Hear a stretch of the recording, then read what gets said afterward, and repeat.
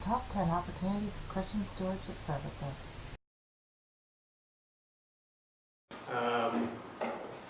I make the statement that we're all going to die, and I don't do that easily or with,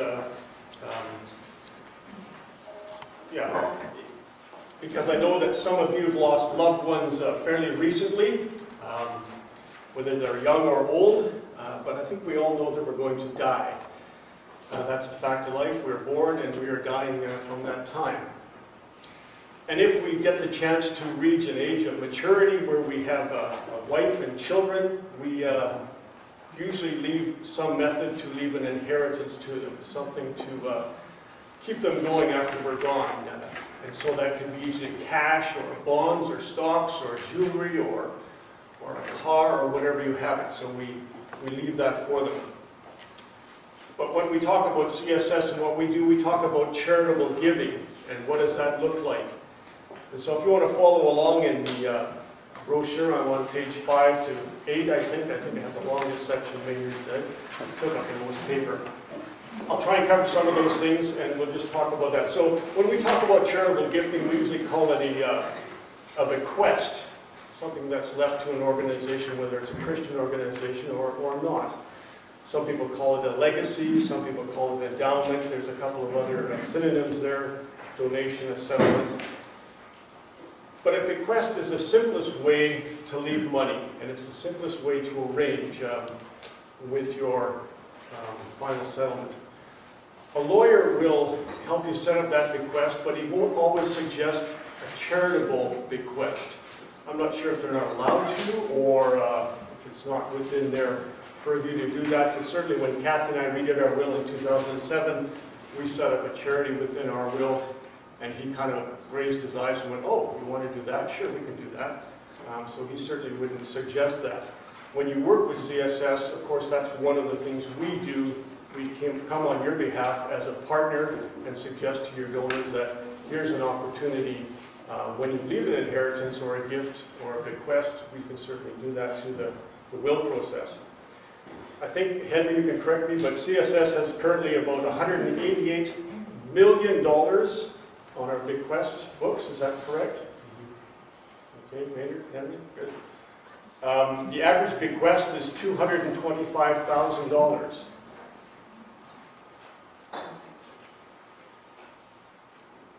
So if you have some donors in your organization that have substantial estates and you're not asking them where they're leaving that estate to, and if you're not part of that estate, maybe you're missing a boat. So why is a bequest a good tool for you to have in your organization? Well, I haven't talked about wills, but everyone needs a will. I'm not going to ask in this crowd for you to put up your hands to see if you have a will or not, but you certainly should have a will. Everyone should have a will. There's a couple of cartoons on pages 6 and 7 in here that I threw in thanks to Ron Knoll. The first one on page 6 is, "Before reading Ms. Simpkins' will, may I say that you are a very lucky cat." And the other one on page 7 is, "Ocean view, or would you prefer to watch them fight over a will?" So we have stories about folks that have wills or don't have wills, and we know that the fight is normally not about the money, it's about the emotional stuff that goes along with family squabbles. And so it's important to have a will, and that's where we can come alongside and help your supporters design a will for the lawyer to put together that keeps you in mind and helps them to fulfill their need for giving. Janet mentioned that you have folks that give on a monthly basis or an annual basis constantly, so they are your constant supporters. It only makes sense that you take the time, or your development people take the time to say, "Have you thought about us, when you pass away? What about leaving something to us in your will?" We can do that on your behalf. We're a third party, so we're kind of removed from the process of asking, but we can do that. Most people give the greatest amount of their estate when they pass away. I mean, you might get $25, $35, $50, $100, $500 a month from folks. And if they're good supporters, when they pass away, that's an opportunity to give a whole lot more if it's structured that way. We use the concept of a child called charity, that if they have 2 or 3 or 4 or 5 children, why not add a charity child to complement that group of children, and then the estate is split 4, 5, or 6 ways without impacting the beneficiary substantially with the dollar amount that they get. And sometimes there are tax reasons to do that. We know that when we pass away, there's taxation on our estate, so all of your income is included in that year, as well as your RSPs or your RIFs. And so there's an amount that is taxed as income in that final year. And so we can use the bequest, the charitable amount, to offset that tax burden. And in some cases, it doesn't diminish the amount that goes to the beneficiaries when it comes to the actual inheritance. So why use CSS? Why would you engage your clients to talk about CSS and what we do? Well, a couple of things. It's a free service. You support us in the work that we do, so we go out on your behalf, free of charge to your clients. Many times I visit and they say, well, what do we owe you? I said, well, nothing. Well, how do you get paid? I said, well, the people that you support in your will, through your charitable giving, support us, and so it allows us to come out and visit with you. We're third party, I mentioned that already, so we're kind of aside from you. We give advice, we don't charge for our advice.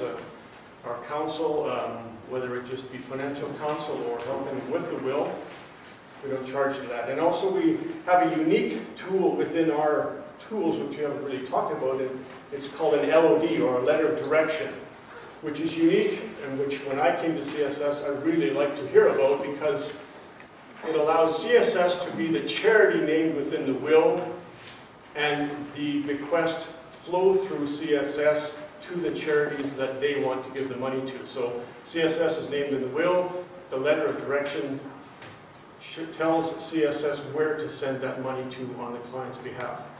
If you want to change the beneficiaries in your will, and they're named in the will, you might have to redo your will, whereas the letter of direction allows you to just make one change with a letter signed by you, and the most recent one is the one we use to distribute the assets that you want distributed to your beneficiaries or to the charities that you want.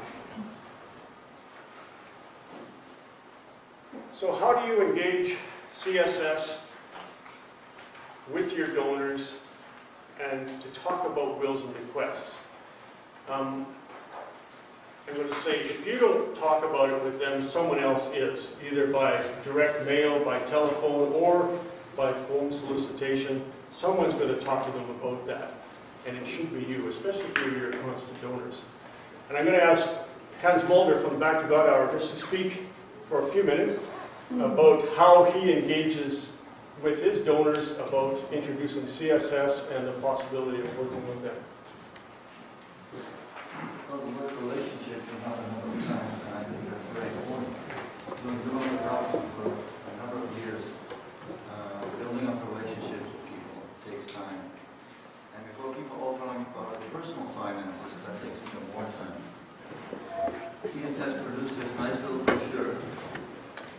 They're printed on one side, and the other side is blank, so you can put your own information on your own organization or ministry. And that's what we did. So every time I do a presentation, we talk about the ministry and the needs. But at the end, I bring this brochure up and ask them to look at that, and it says, have you ever wondered how to update your will? And eventually people open up about their personal finances, and they say, yeah, I sold my farm, or I have money, or I need a will. I have some money that I'd like to do something with. And then of course I connect them with CSS. And quite often I'm the liaison in between the CSS representative, and then we connect together. And because they have the trust relationship with me, that helps them to put this together. So I guess in summary, all of these tools, the bequest is probably one of the simplest to set up with your lawyer and your will. And it just makes sense to me that people give to your organization in life it makes sense to me that we ask them when they pass away, would they like to consider giving at the time of their death to help continue on this process in this charity. Thank you.